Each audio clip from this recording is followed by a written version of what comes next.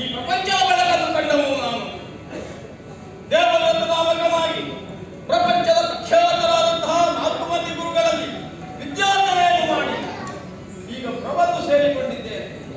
ಆದರೆ ಆಶ್ಚರ್ಯ, ನಮ್ಮ ತಂದೆಯವರ ನಡವಳಿಕೆಯಲ್ಲಿ ಬಹಳಷ್ಟು ವ್ಯತ್ಯಾಸವನ್ನು ಕಾಣುತ್ತಾ ಇದ್ದೇನೆ.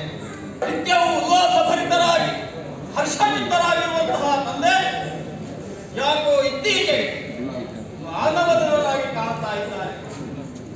ರಾಜ್ಯಭಾರದಲ್ಲಿ ನಿತ್ಯದ ಉತ್ಸಾಹ ಇದೆ. ಯಾಕೆ ಹೀಗೆ?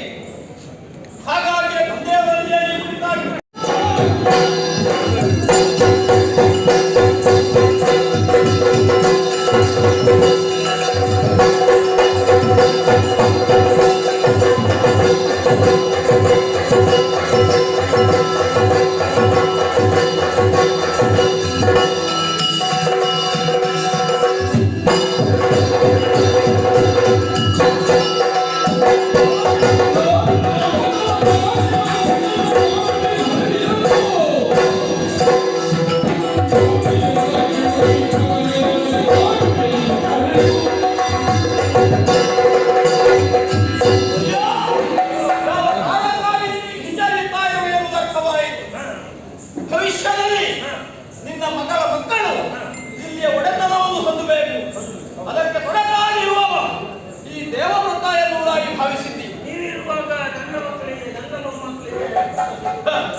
ತಂದೆಯವರ ಸುಖಕ್ಕಾಗಿ ಯಾವುದನ್ನು ತ್ಯಾಗ ಮಾಡುವುದಕ್ಕೆ ಸಿದ್ಧರಾದವ ನಾನು.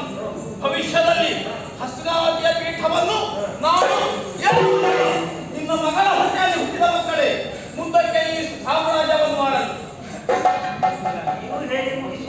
ಮತ್ತೆ